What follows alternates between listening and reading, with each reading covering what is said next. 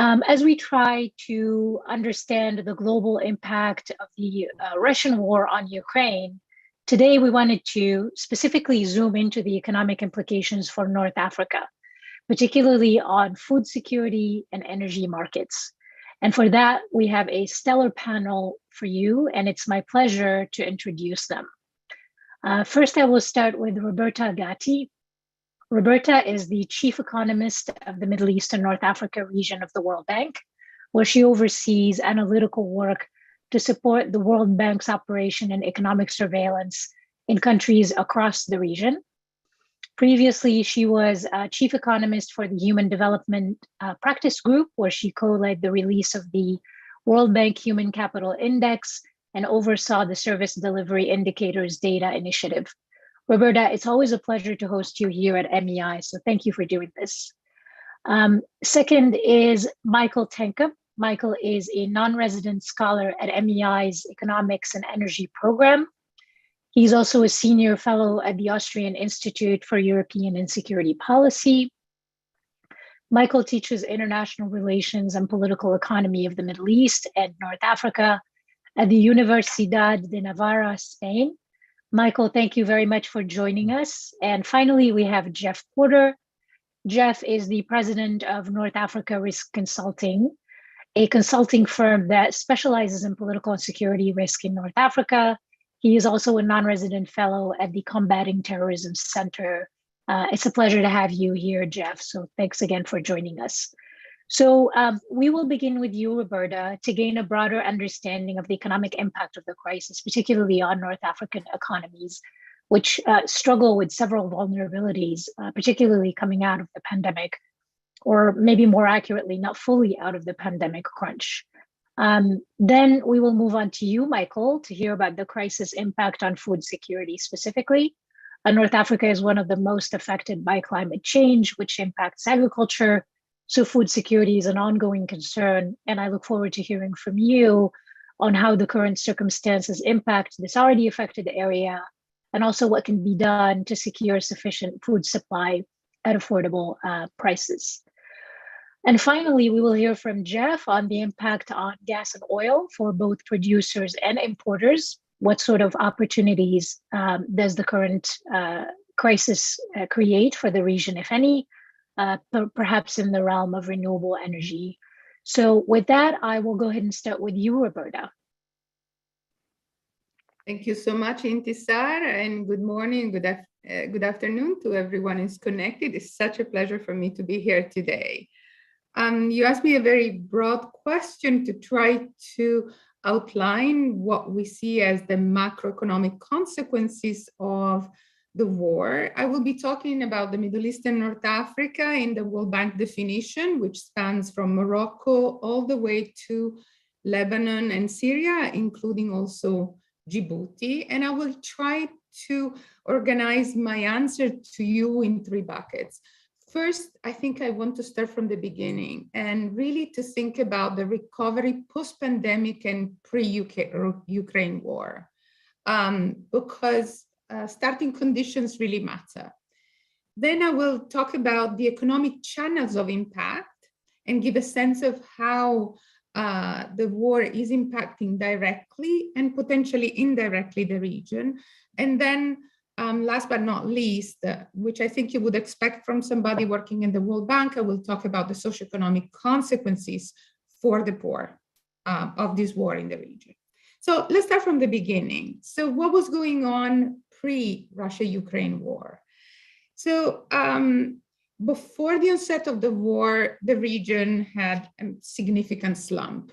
And in 2020, we had like a twin set of shocks, COVID-19, but also a massive slump in oil prices. These shocks interacted with each other, but also with pre-existing vulnerability on the macro side. And I will tell a little bit more about what I mean for this pre-existing vulnerability. Lo and behold, 2020 closed with a recession to the tune of about 3.3% contraction in real GDP for the region. And in terms of real GDP, the region did not recover to the pre-pandemic level in 2021. The other day, our chief economist, Carmen Reinhard, gave a speech at the ERF, which is a think tank that anyone knows working on the Middle East and North Africa. And she was saying, beware, we really need to make a difference between rebound and recovery. And something that we want to outline is that our countries, the majority of them, have not gotten back to where they were pre-pandemic. Now, I was talking about real GDP, but if we want to talk about something that really matters for living standards, I think we should really talk about real GDP per capita. And the difference between the two is not negligible in our region. In other countries with very low population growth, you can talk about the two of them indifferently, but not in the Middle East and North Africa. So if we look at per capita GDP, the slump in 2020 was to the tune of 4.9%. And again, these shocks interacted in such a way so that the recovery in 2021 was tenuous, but also uneven. Like anyone who works on the Middle East and North Africa, we tend to think about our countries in groupings. The Gulf Cooperation countries, the GCC, the high-income countries, primarily oil exporters, then the group of oil importers, developing oil importers, and then the group of developing oil exporters. And because of the energy price shocks, the oil exporters, and including the GCC, ended up being hit the most because commodity prices affect their economy, not only GDP, but also their fiscal revenue. So in the end, the GCC countries ended up having the lowest dip in terms of real GDP per capita as of the end of 2021. Now, GDP is an important measure of how well countries are doing, but there are many other things that go on the macro side. And, when oil prices go down, fiscal revenues go down for oil exporters. And at the same time, there was a need of fiscal expenditure to contrast the pandemic. So this resulted in macroeconomic imbalances in the GCC countries and oil exporters, but in an interaction that resulted in a significant increase in debt overall in the region. And the number that we calculated was 46% starting in 2019, going up all the way to 56% of GDP on average in 2021, and now declining a little bit in the forecast for 2022 for 2021 to 53%. The important thing to note here, and that's where, that's one of the significant vulnerabilities that I wanted to highlight as we talk about the shocks that are coming from the Russia-Ukraine war, is that in oil importing countries, public debt was already rising significantly for the past decade, and now is north of 90% of GDP on average in oil importing countries. This poses a host of questions that and challenges that I'm happy to discuss later. But so this is where we were in 2021, and come January 2022, our global economic prospects, which is the yearly publication of the bank that forecasts income, was forecasting a sort of modest recovery coming from two places. One, a sort of a significant increase in oil prices that were coming from the rekindling of global demand, and the same rekindling of global demand was also doing good for the oil importing countries. And we would see that, Egypt was doing well, tourism was reprising, and in a way we saw at the end of last year a sort of coming down on the waves of the pandemic and optimism about the evolution.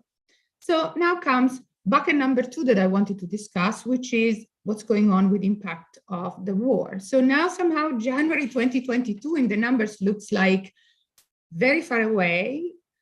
Comes February, the war erupts, and the key challenges through which we see impacts in the region are the disruption in trade markets and increase in food prices and increase in energy prices. Now, you can already see from these 2 price increases, which for any macroeconomist really look like terms of trade shocks, is that they're going to play out very differently in the region. Countries in the region are primarily food importers and to a large tune. So just to give you a couple of numbers, like 5% of GDP in Egypt is in net food imports, 5.5% in Jordan, and these numbers are significantly higher for fragile countries. For example, 7% in Libya, and 9% of GDP is made out of net food imports in Yemen, which is the country that is dramatically exposed to this shock. So clearly, the countries that are net food importers are going to lose. They're going to see a hit on their GDP, and their families, and particularly the poor and the vulnerable, are going to see a hit on food prices, but also on what we see worldwide is that increasing inflation. Now, we also have countries that are oil exporters, and these countries are having a favorable terms of trade shock. And so these countries are actually seeing an improvement in their GDP forecast, an improvement in fiscal revenues, and somehow some buoyancy in the short term that, however, should not give rise to complacency, because we know that in the longer term, because of a change in demand and because of the need of greening our planet, we know that these oil prices are expected to come down. At least the futures say that it should be about $70 a barrel by 2026. So these are some of the direct impacts that are coming to the region, but there are also knock-on effects. Inflation is heating up all over the world in advanced countries, and even more so in developing and emerging economies. So what's going to happen? Central banks are going to jack up interest rates, and they've done it already. The Fed has done it, Egypt has done it. This is something that is going to cool off demand, somehow cool off also the recovery, but also create challenges for financial markets, particularly for those countries that have high levels of public debt and high levels of foreign denominated public debts, if this situation also generates the valuation of currencies. So these are a little bit some of the effects, direct and indirect, that we see in the region. As I said, I could not talk about the social impacts, and I'll just conclude with this. Irregularity in the world is that the poor spend more in food than the rich. This is true across countries, and you can see a graph of across countries of share spent on food vis-a-vis GDP per capita, and you see a curve that is sloping down, and this is true within countries. So this means that the brunt of this new shock is again borne by the poor.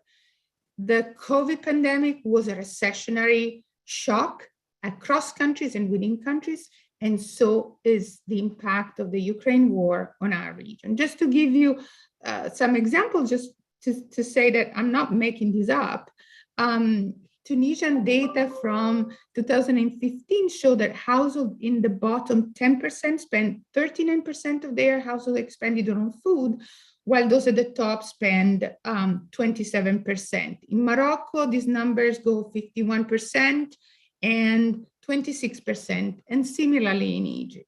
So there is an extraordinarily regressive impact of this recession that needs to be addressed to avoid that the poor and the vulnerable ends up bearing the brunt of this macroeconomic shock.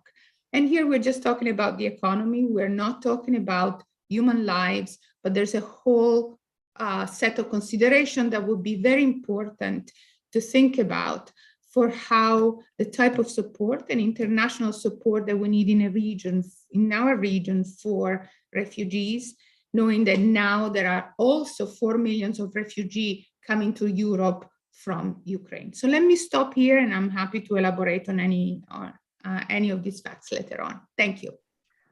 Okay, thank you very much, Roberta. I would like to also add that MEI will be hosting the launch of the World Bank semi-annual economic update.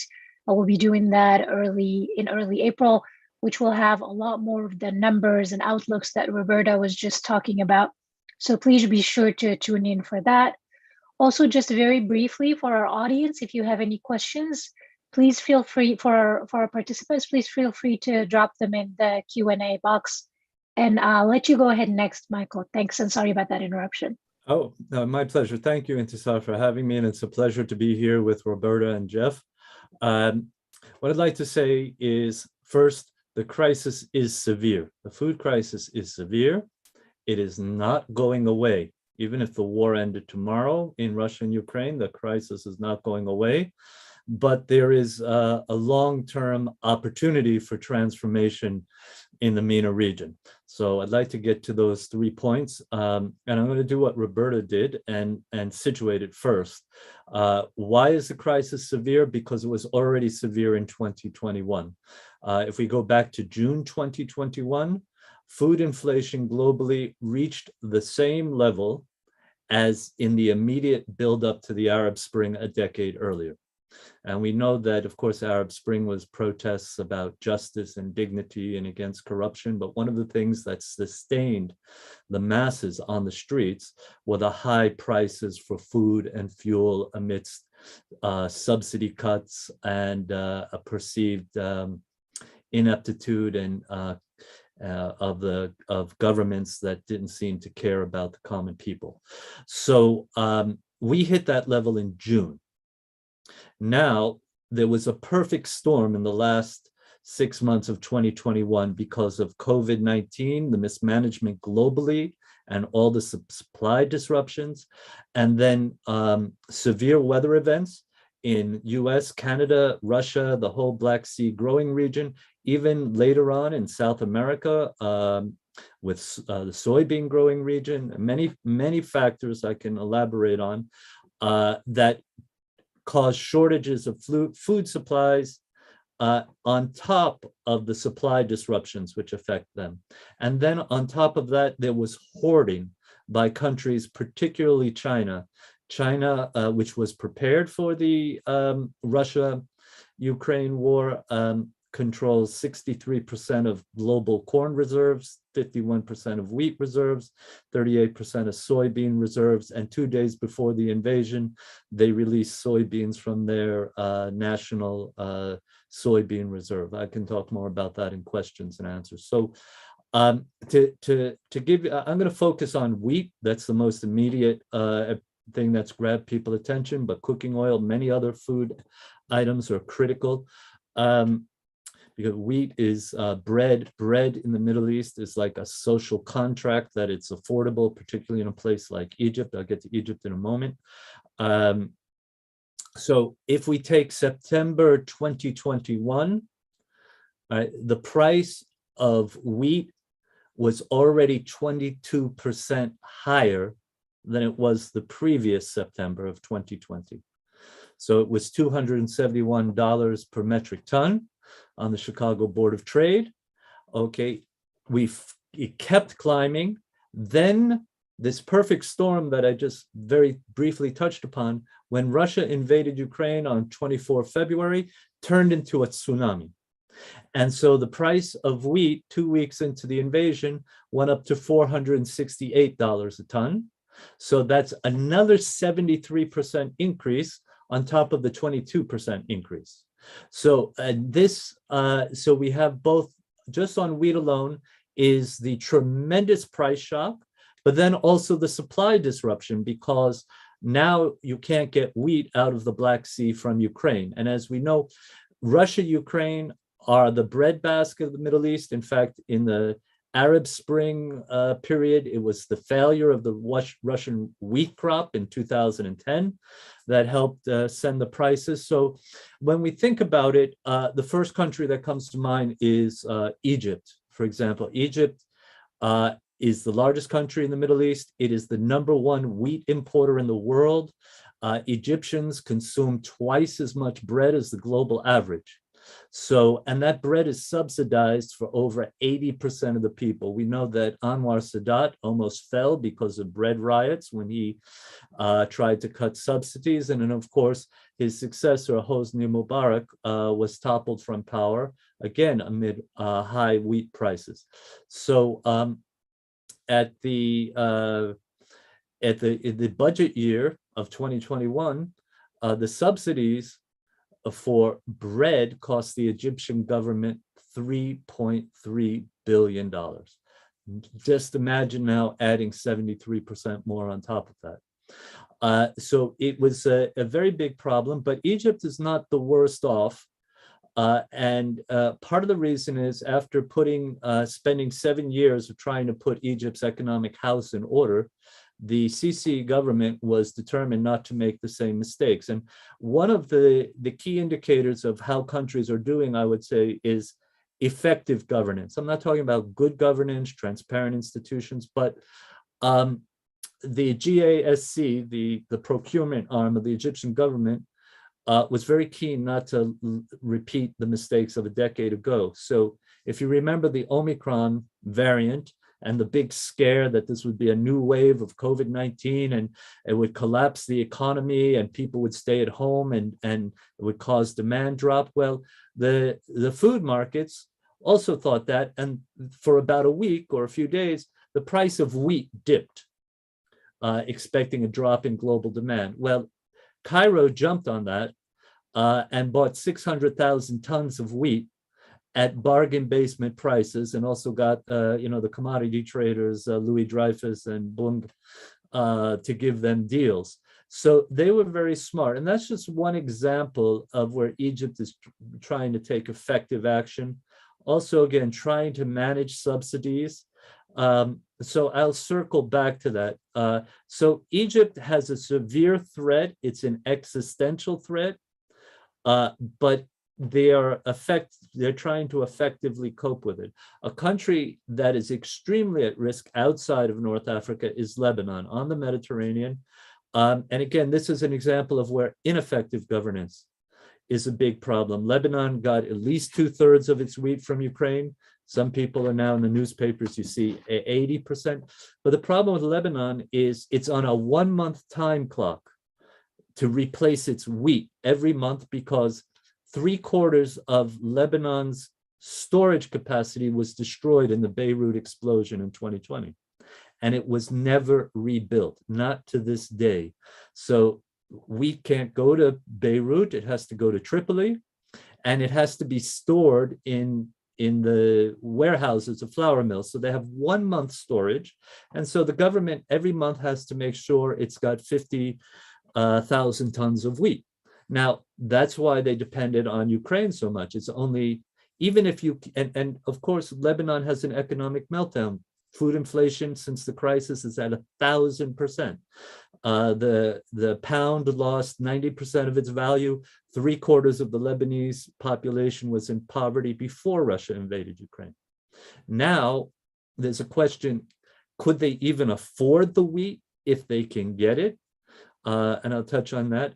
But could they even get the wheat? Because it's 7 days journey from the ports in Ukraine to Tripoli.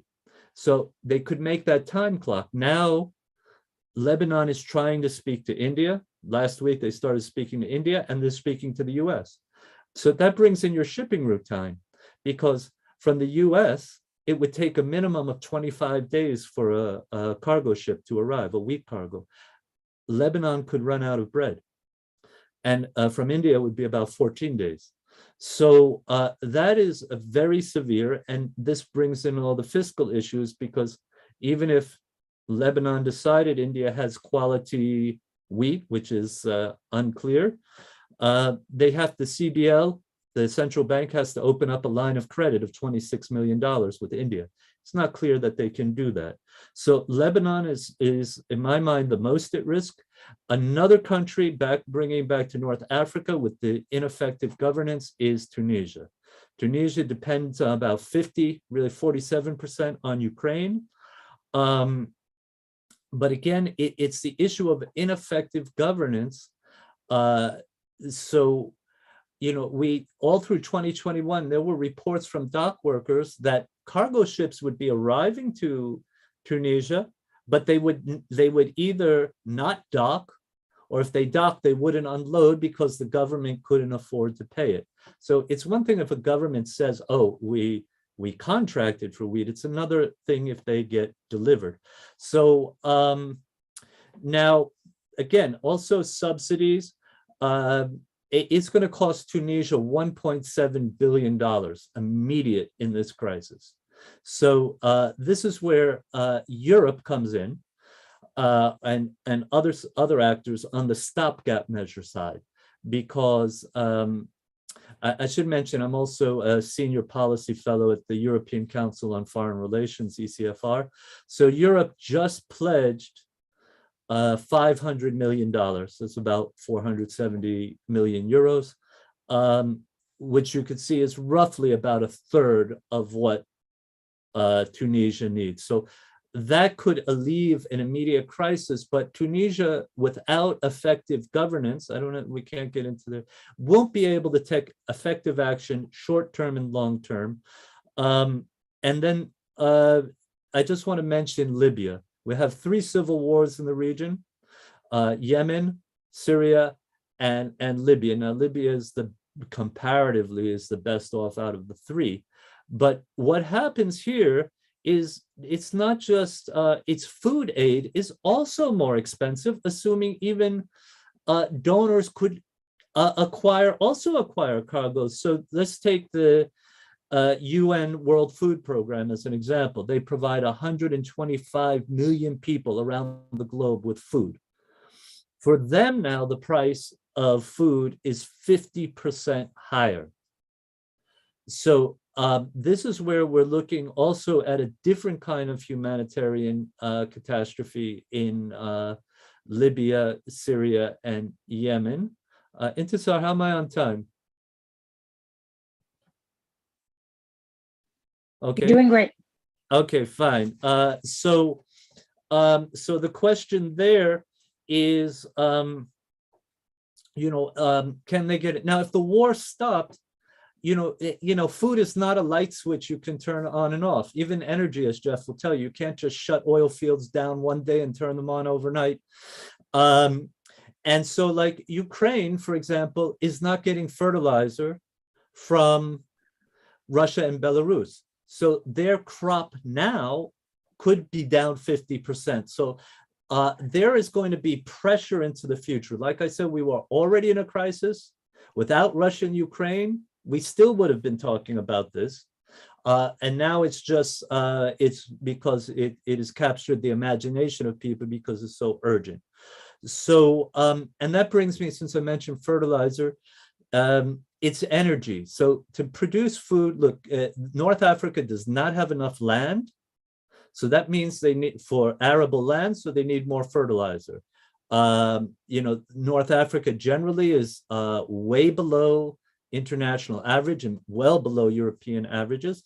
Fertilizer is energy because nitrogen fertilizer is made from natural gas, not just to power the process, but the actual hydrogen that's in ammonia. Hydrogen, the nitrogen comes from ammonia. It's hydrogen, nitrogen compound. That comes from natural gas. 80% of the cost of fertilizer, nitrogen fertilizer, is natural gas. And as we know, the price of natural gas in 2021 went up 400%. So fertilizer plants in the UK shut down. Yara, the biggest producer, shut down. Whether they'll restart is another matter, but this is a supply disruption and inflation that will work its way through. So we're far from done. And then water, because ultimately to have enough water, you're going to need desalination, and that's energy. So I said there's a silver lining perhaps for a long-term solution, and that is ultimately the shift to green energy, green hydrogen. And then one of the first things to do is create green fertilizer from replacing natural gas base to renewables. Now, Morocco is a world leader in this. European countries are doing it. First, the Germans. There are 3 projects, 2 projects with Germany, and then a third with the Ireland headquartered company with Portuguese technology that's now able, the pilot project can make 10% of what OCP requires for all its fertilizer, and then they can scale that up. Vitol has already contracted to take the surplus and sell it to Europe. But this is where Egypt now is doing similar with Scatec, the Norwegian firm, which is very promising. But a country like Tunisia, if it could have effective governance, because it has such a small population compared, is 10 times smaller than Egypt, they can satisfy their domestic use and then also export using their renewables. So this is where, you know, I feel the US and Europe need to have a lot of soft power opportunity by helping with these stopgap measures. And also then long term. Now, the short term with Europe, with the Ukraine war, it's unclear if Europe's going to have enough bandwidth. If you take Moldova, the most at-risk country, Moldova, if Russia invades Odessa and goes up Transnistria, Moldova will need $1 million a day for border guards. They already need to increase their border guards 20%. For hospitals, refugee services, the estimates that I've seen, calculations I've gone over, $1 million a day. That's got to come from the European Union, the IMF. And this is also where global institutions need to step up, because this is public spending for stopgap measures. Will the IMF approve these? Well, there's a positive sign in Egypt. Now, Egypt, on 22nd of March, fixed bread prices, which was a major move. President Sisi took personal responsibility. But the key point about that was the next day, the IMF began negotiating for a loan. And, you know, Egypt has had since 2016, very successful relationship with the IMF. So it's the effectiveness of governments, the responsiveness of the US and Europe, and the responsiveness of international institutions that will make the difference. And I'll just finish up. The vulnerability is not just ineffective governance, but high level of grievance. So when you have high level of grievance and ineffective local government, that's a dangerous cocktail. What we're seeing is Egypt more effective, but this is where I get concerned for countries like Lebanon in particular and Tunisia. I would say Morocco has its structural problems I can talk about later, but we're also seeing effective governance. And with that, I'm sure Jeff will take over and fill in more of the energy picture. Great. Thank you, Michael. Go ahead, Jeff. Well, thank you, Roberta, Michael, Intisar. It's a pleasure to be here this morning. It's certainly a timely topic. There's no shortage of stuff going on. In fact, Secretary of State Blinken was just in Morocco yesterday. He's in Algeria today. At the top of his agenda are obviously regional security issues, but he's also talking about renewables in Morocco and conventional oil and gas investment, as well as the development of renewables in Algeria. To be frank, I'm not sure how far those discussions are going to go, but he is there and he is raising these issues. So, you know, I'm not going to get too far down in the weeds on this. And I think a lot of you know my presentation style. I'll keep it pretty informal. But, you know, the long and short of it is that, you know, energy prices are at record highs. I mean, we all know this. It's no secret. You know, oil prices are high, natural gas prices are high, coal prices are high, and heavy refined products prices are high. So across the board, people are paying more for their energy needs. That applies to North Africa as much as it does to the rest of the world. You know, looking at North Africa, I'll talk about going from east to west, Libya, Tunisia, Algeria, and Morocco. You know, and we could talk about, it's not so much, you know, winners and losers, but economies that benefit and economies that won't. But even there, I think that's a little bit reductionist because even the countries that ostensibly benefit from high commodities prices, they also incur a downside risk over the long term from those same prices. So it's not so much black and white, it's not so much up and down, but it's much more of a muddled picture. Obviously, on the beneficiary side, we're talking about commodities exporting countries like Algeria and Libya. And then on the opposite side are countries that import their energy needs like Morocco and Tunisia. So we'll start with the beneficiaries, Algeria and Libya. Algeria is producing oil and gas at a decade-long high. Last month, Algeria produced record volumes of natural gas. It produced the most natural gas that it ever has in the history of producing natural gas in that country.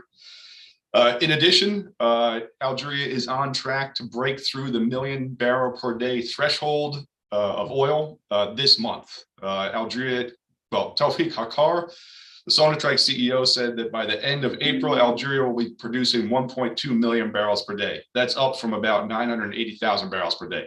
So, I mean, they're clearly trying to make hay while the sun shines. Recent analysis shows that if energy prices just stay at around these levels, Algeria is on track for a cash windfall of $22 billion in 2022. That's an excessive amount of money. Their fiscal break-even point for the budget was $72 per barrel. And now, I haven't looked today, but Sahara Blend is trading upwards of $120 per barrel. So they're making money hand over fist. Similarly, Libya is producing huge volumes of oil, upwards of 1.2 million barrels per day. Libya is kind of in this paradoxical situation where, it's constantly on the verge or on the cusp of renewed conflict, but it's still a very attractive foreign direct investment environment for oil and gas companies. So the Ukraine crisis is prompting renewed investment interest in Libya, with international oil and gas companies going to Tripoli to meet with Mustafa Sanallah at the National Oil Corporation. I mean, most recently, you've had Total Energies from France. Eni is, a constant guest of Sanallah, Eni, the Italian company. BP has also been to Tripoli lately, looking at expanding oil and gas production there. And then also the most fun one is Sonatrach. Algeria's Sonatrach is also visiting Tripoli and looking at renewing both its exploration activities in the Ghadames Basin, but also expanding its overseas operations. So again, like Algeria, Libya is just raking in the cash, just tons and tons and tons of money. Now, that comes with certain problems. The fundamental problem for Algeria is that, when Algeria makes money, that overwhelms any incentive to introduce economic reforms.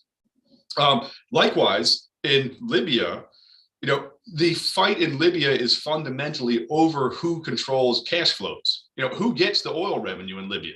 And so with increased revenue, that is likely to prolong the conflict in Libya rather than compel people to sit down and negotiate.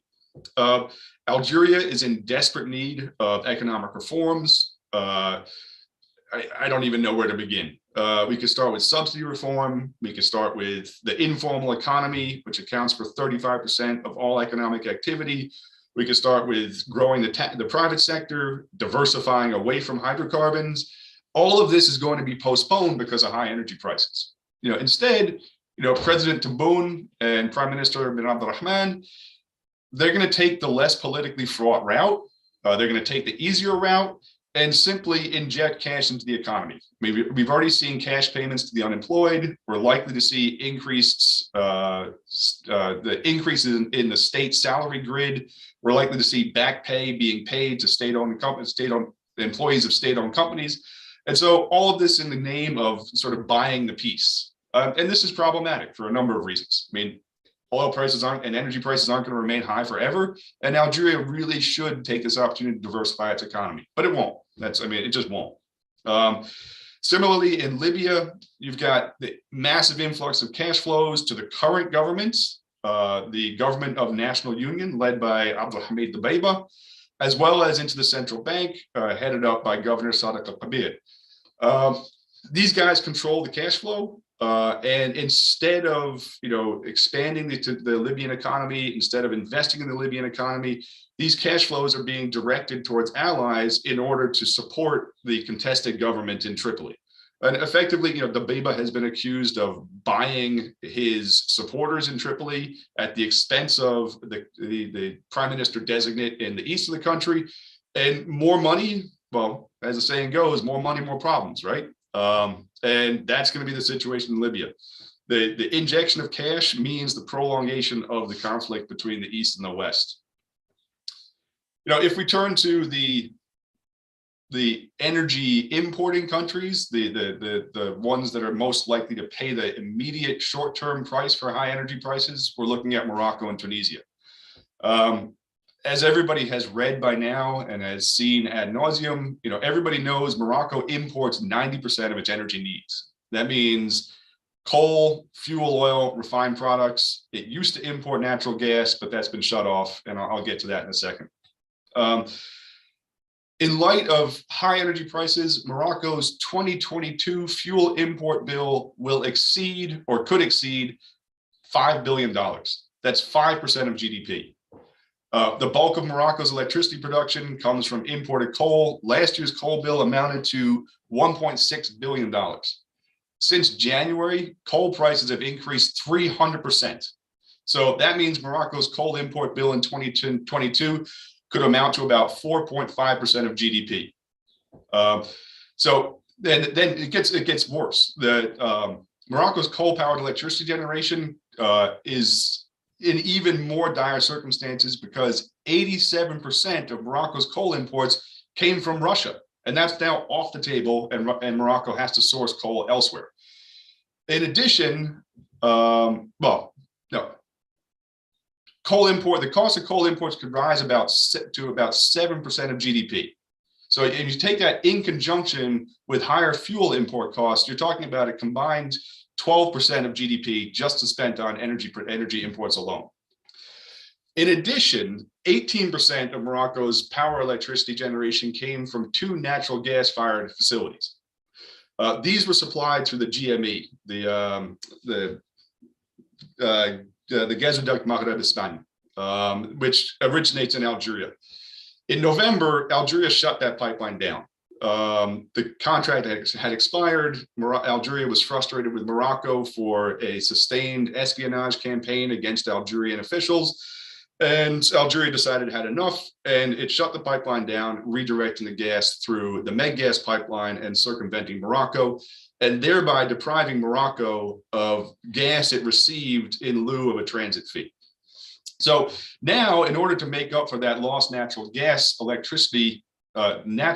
powered electricity generation, Morocco has to import either more fuel oil or more coal. So not only is Morocco paying more for coal and fuel products, but it's also importing more of it. So this is it's a real pressure point for the Moroccan economy. And then a third pinch point are refined products. So gasoline, diesel, gasoline and diesel. Morocco does not have a refinery. Since 2015, the Samir refinery in Mohammedia has been closed. It went into receivership. It's still in litigation. It looks like there's some sort of settlement coming soon. But for the time being, Morocco has to import all of its refined product needs.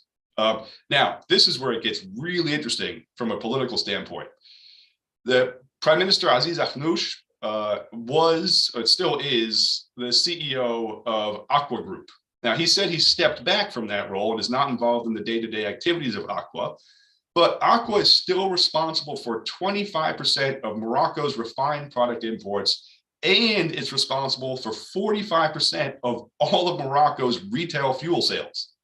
So the Prime Minister's own company is responsible for 25% of Morocco's refined product imports and 45% of fuel sales through gas stations. So this presents an obvious conflict of interest, right? Higher fuel prices directly benefit the head of government, or the government sustains subsidies on fuel which effectively is a social transfer directly to the prime minister's own corporation, company or holding group. I mean, it's problematic, and it's not unknown. It's led to very vigorous protest against the prime minister, during which he was in fact named and shamed. And that's extremely rare in Morocco. Not the protest, but the naming and shaming. So these protests are only likely to intensify as the energy situation becomes exacerbated. Now, just a little bit of foreshadowing, what I think is going to happen. I don't think we're going to see a return to the so-called Arab Spring moment of 2011. A lot of, folks that are new to watching Morocco maybe don't recall the Morocco under Hassan II, Mohammed VI's father. The Morocco under Hassan II was not a happy place. Hassan II, when he faced opposition, when he faced unrest, resorted to repression. I was in Morocco when bullets flew in 1991. People died. And it's not entirely unforeseeable that Mohammed VI will dust off his father's playbook and resort to just outright repression rather than political concession. It's also worth mentioning just briefly that Morocco is trying to develop its renewables as an alternative to conventionals, but it's also trying to develop conventional energy sources within within territory that Morocco controls or claims. A lot of this activity, both renewables and conventionals, is taking place in Western Sahara, and much of it is now being spearheaded by Israeli companies, which obviously have no hesitation investing in occupied territories or exploiting the resources from those territories to the detriment of the local population. So I think that's worth watching. Turning to Tunisia, the situation in Tunisia is, as both Roberta and Michael pointed out, it's very, very, very bleak. The ratings agency Fitch just downgraded Tunisia's ratings significantly on the expectation that Tunisia is going to default on its international debt obligations. Tunisia is it's spending too much money, and it's about to be obliged to spend more because of its import bills. At some point, push is going to come to shove, and instead of not spending money on fuel and food imports, it's going to default on its loans. And turning to fuel imports, Tunisia spends 10% of its budget on energy imports. That's about $2.5 billion. In order to limit the impact of that cost on the state itself, Tunisia has been forced to raise fuel prices 3 times at the pump since the beginning of the year. But as everybody, even in the US knows, pump prices can only be raised so high before politicians start to pay the price. Everybody's seen the stickers of Biden on their gas pump, right? I did this. So the same thing is going to happen in Tunisia.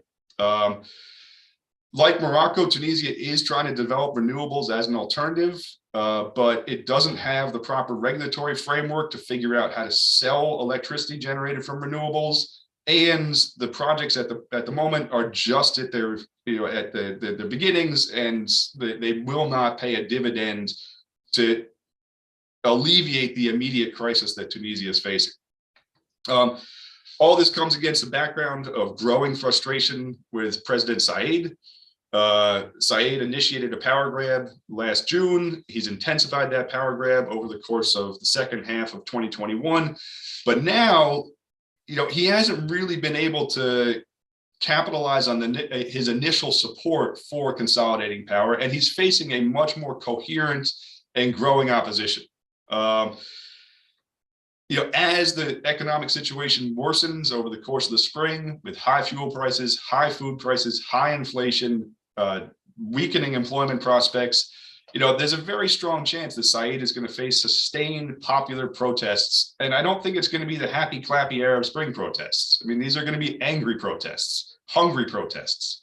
And that could result, again, like Morocco, I think, into intensified state repression. So just to conclude, Algeria is likely to keep on being Algeria. Algeria is profoundly change averse. It's a big ship. It doesn't course correct very quickly. And now with high energy prices, it looks like it doesn't have to change courses. It'll just keep on doing what it's doing. Libya, likewise, the conflict is likely to be drawn out as a consequence of high commodities prices. Since 2011, 2012, the prize in Libya has always been the oil. And now that oil has just gotten a whole lot more valuable. And as a result, the conflict is going to become a whole lot more intense. And then I think we're likely to see significantly elevated social unrest in Morocco and Tunisia, with the likelihood of increased state repression in both. So hang on to your hats. It's about to be a bumpy ride. Thanks.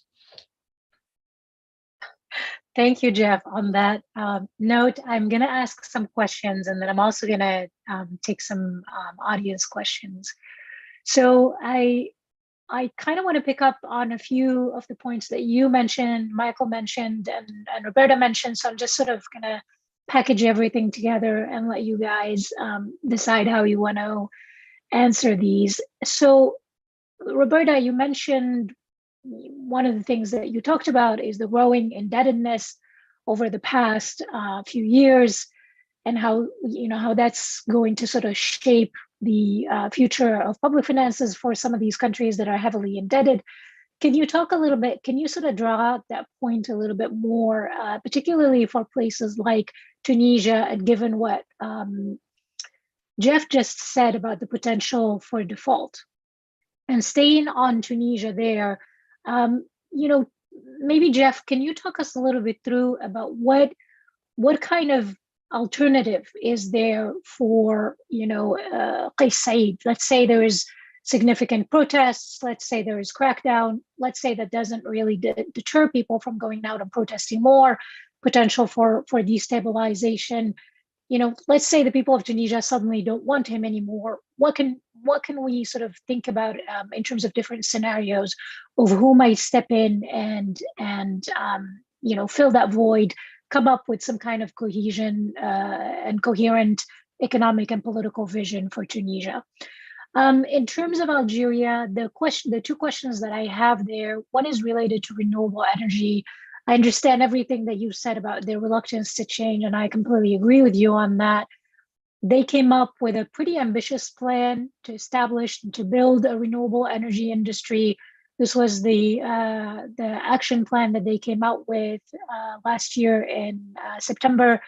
What do you see the future of that, given what we talked about in terms of potentially changing future of energy prices?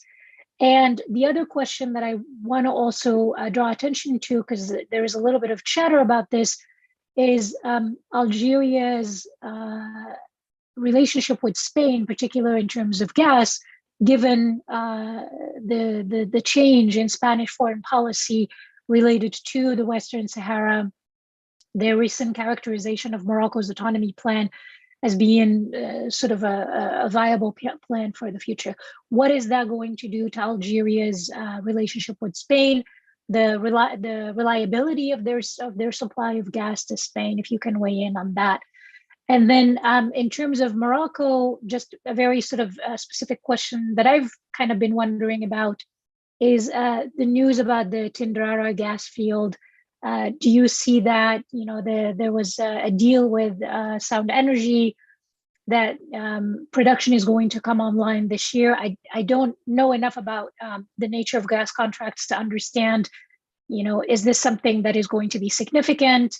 And if so, how much of it is going to be directed to local consumption, and how much of it is going to be exported? And how is that going to play into sort of this balance that Morocco wants to strike as both an energy producer, particularly renewable energy producer, while at the same time they're burning coal, which doesn't exactly fit into that image of sort of a pioneer of renewable energy. So it's a bunch of different questions, and I will let you, maybe you will go back in reverse order. I'll start with you, Jeff, and then go to Michael, and then we'll finish off with Roberta. Okay, thanks. That's a lot. All right, starting with Tunisia. Intisar, I really don't know. I think if you have, well, there has been, since the quartet won the Nobel Prize, there has been this fetishization, fetishizing of dialogue in Tunisia, where dialogue and sitting around a table is the way forward. And I think what Said did was an intervention in the romanticization, the fetishizing of the power of dialogue. He said, okay, khalas, this dialogue is actually just navel gazing, and it's not getting anywhere, and it's not policy making, and it's not legislating, and it's kind of very, very much kumbaya. And Said lost patience with that. However, I think there still are factions within the Tunisian political milieu that are going to sort of, that the pendulum is going to swing back the other direction and say, look, Said represented the extreme of refusing to sit down and talk with anybody, and that didn't result in any policy or any legislation either. So now we swing back in the other direction of renewed dialogue between different political stakeholders, whether it's the Business Owners Federation, the labor union, and different political parties. So we could end up with a situation where Said is either forced to step down or is forced to backtrack on his dissolution or suspension of parliament and this dissolution of the Supreme Court, allow those to be reconstituted and return to a period of talking, which may or may not, I think the talking makes people feel good. And it certainly gets, the approbation of the international community, and Tunisia restores itself as the model of moderation and political resolution, but it doesn't actually do anything. And I think, that's the potential risk, is that, we have this, again, the restoration of dialogue, but no real results on the ground. Renewable energy in Algeria. Yeah, this is a really interesting one. Because Algeria does have a tremendous amount of renewable energy potential, particularly solar, but also wind. There has also just been a change to foreign direct investment regulations regarding renewables. Renewables are no longer under the mandatory 51-49 rule, which required an Algerian entity to have 51% stake and maxed out the foreign entity's share to 49%. Now the foreign entity can have 64%, I think it's 64-36, something like that. At any rate, it's designed to create an incentive for foreign direct investors to come to Algeria and invest in renewables. There are two fundamental problems with this. The first is that Algeria has not figured out a mechanism or how foreign direct investors will be paid for electricity generation. Will a foreign direct investor be paid in hard currency, or will they be paid in dinars? If they're paid in Algerian dinars, there's not much incentive for foreign direct investors to come there.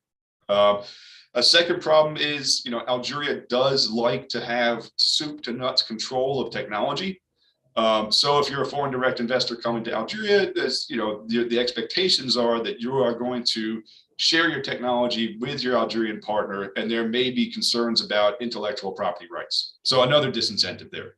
So it's possible, but it's going to take a lot more convincing to really generate foreign direct investor interest in Algerian renewables.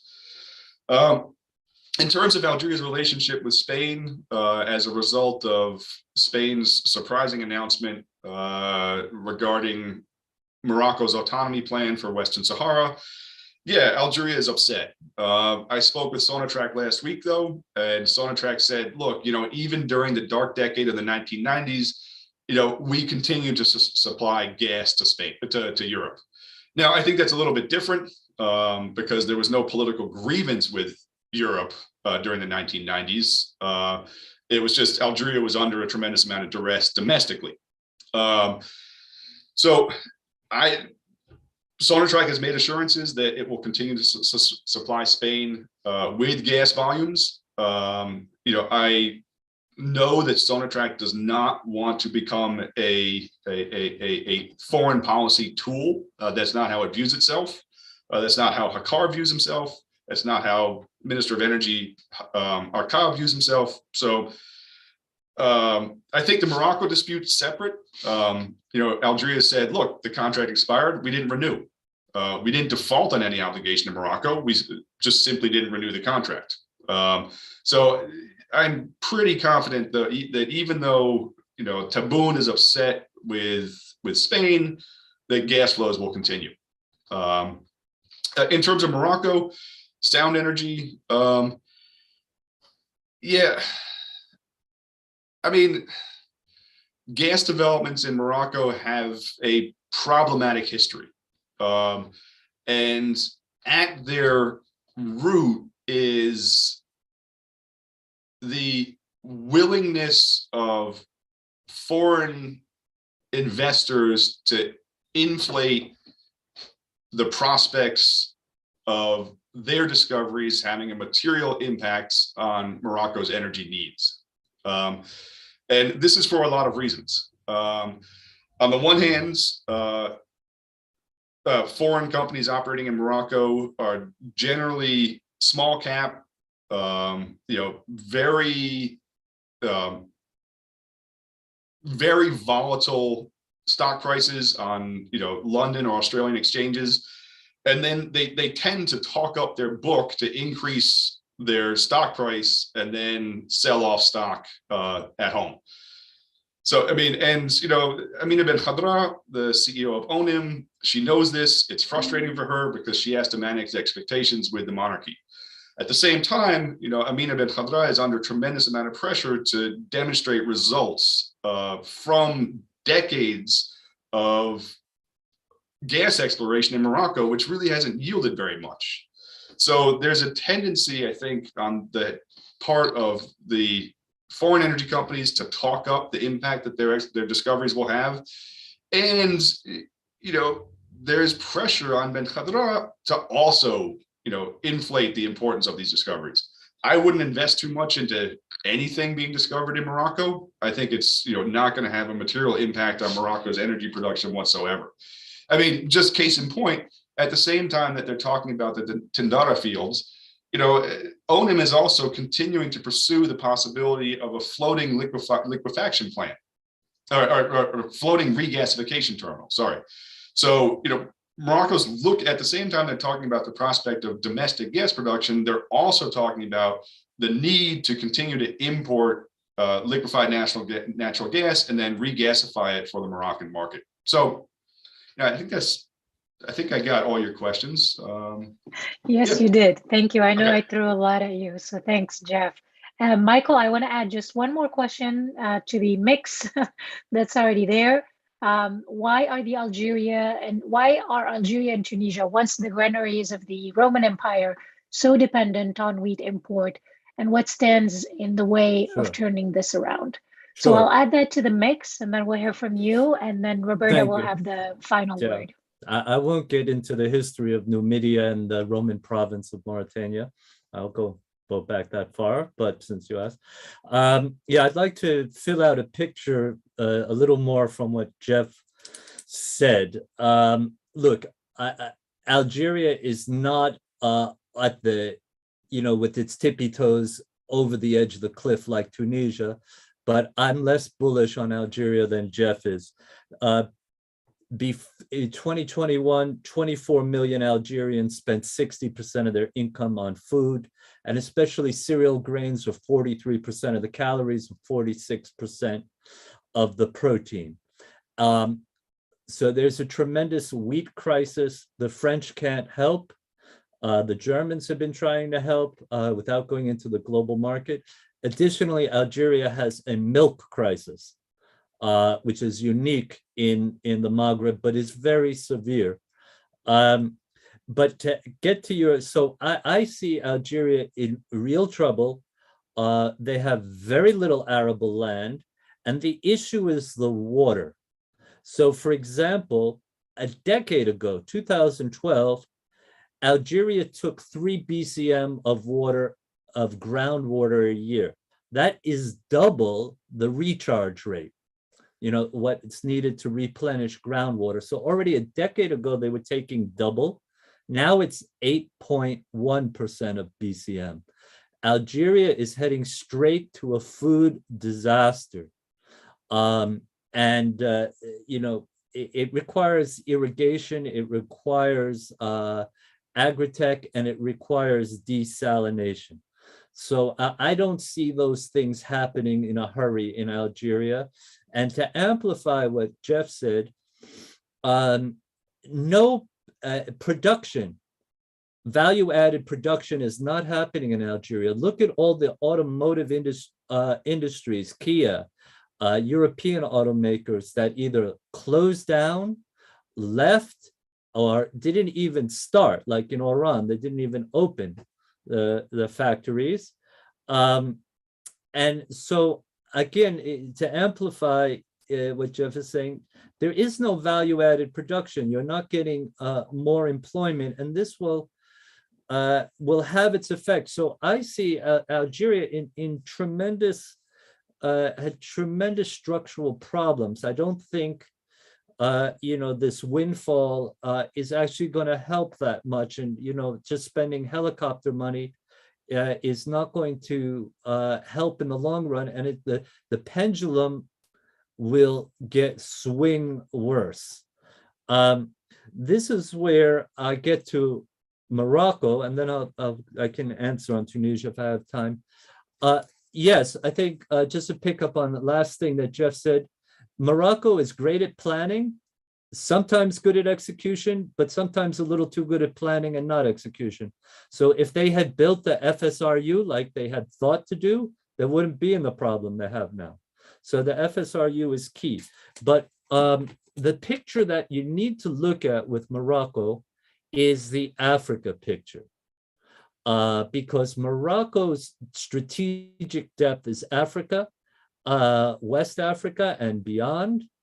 And this is why Algeria has a losing hand versus Morocco.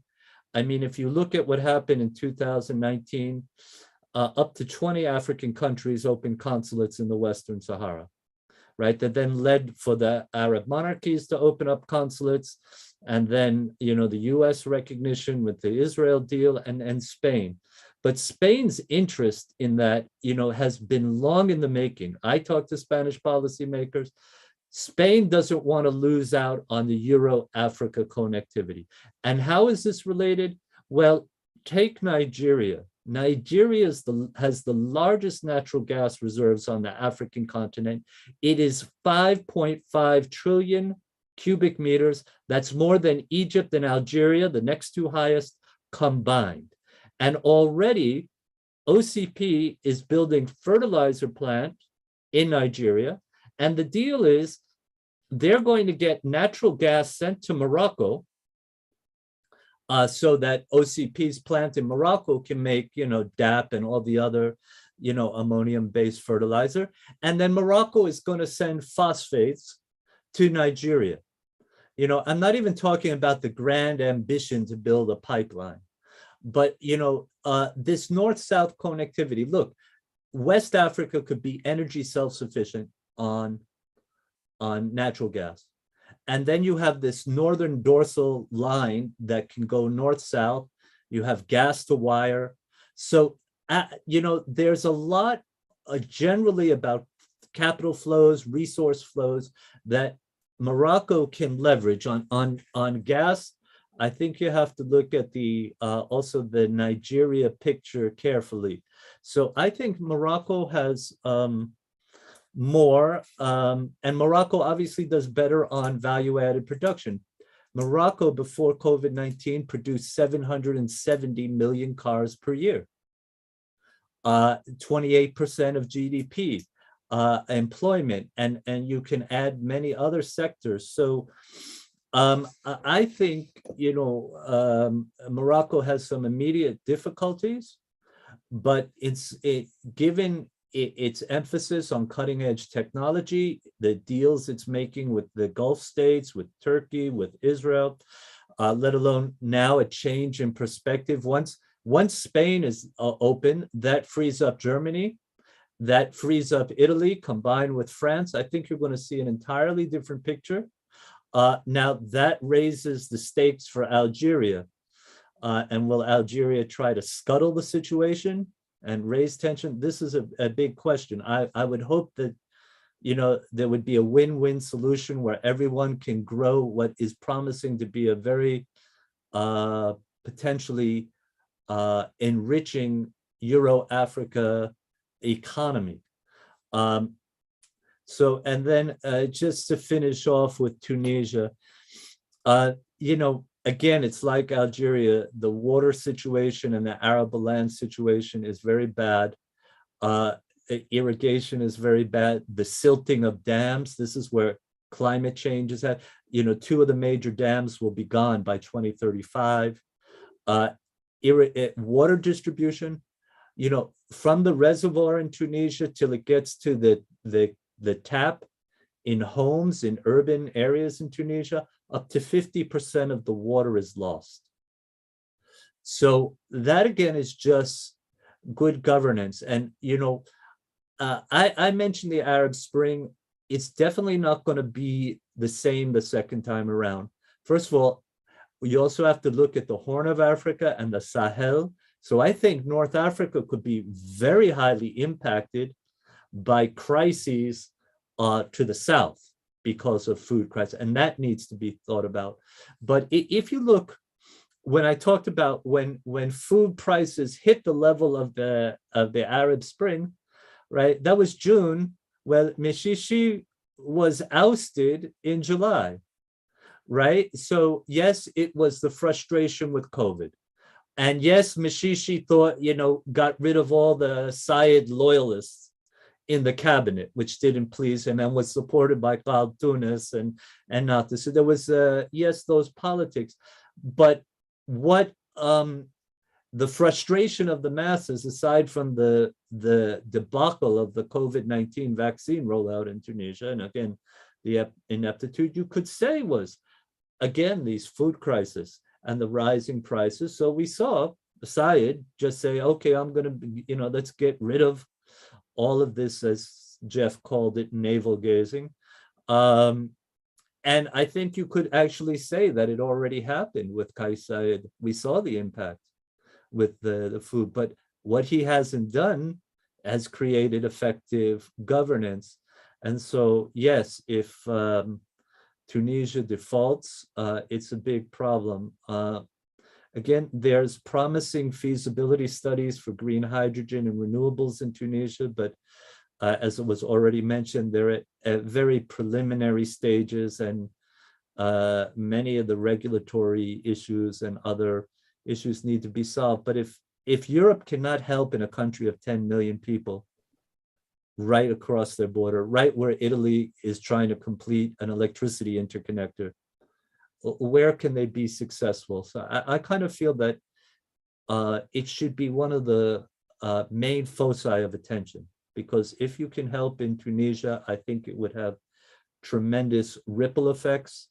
And I think it would also change the dynamics across the Mediterranean. So I'm really leave it there.